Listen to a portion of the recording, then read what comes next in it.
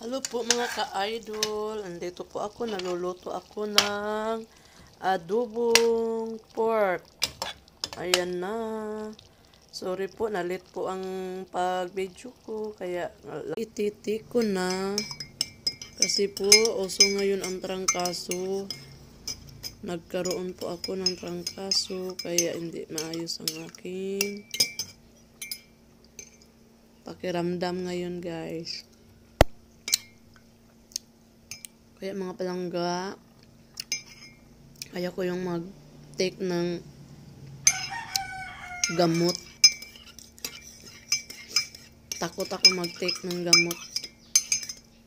Kaya ito lang muna, herbal.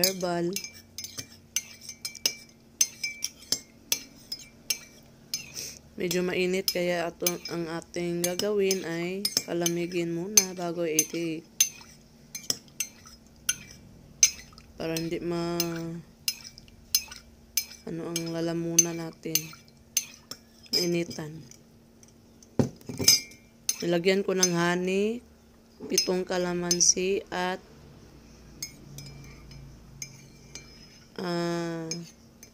loyang dilaw. 7 din cut sa loyang dilaw po. Tingnan ko na niluluto ko, guys. Yan na mga ka-idol ang adobo ko. Ay di pa natatapos, para tagalan ko muna para maglambot siya.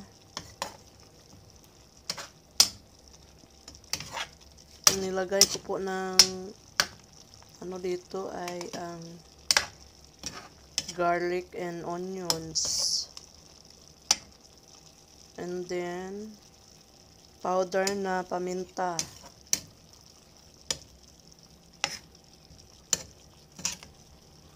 Parang masarap na. Tikman natin.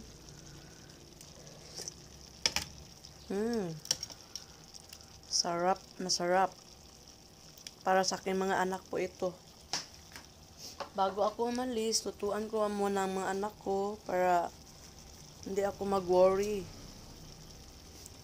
Kasi tayong mga ina ay talagang mag-worry talaga tayo pag umalis tayo sa bahay na wala pong ulam, pagkain ng ating mga anak. Kasi yung pong mga anak ko, 4 po, 2 lalaki at 2 babae. Di sila marunong magluto. Marunong sila pero iglang malalaman nila. Iglang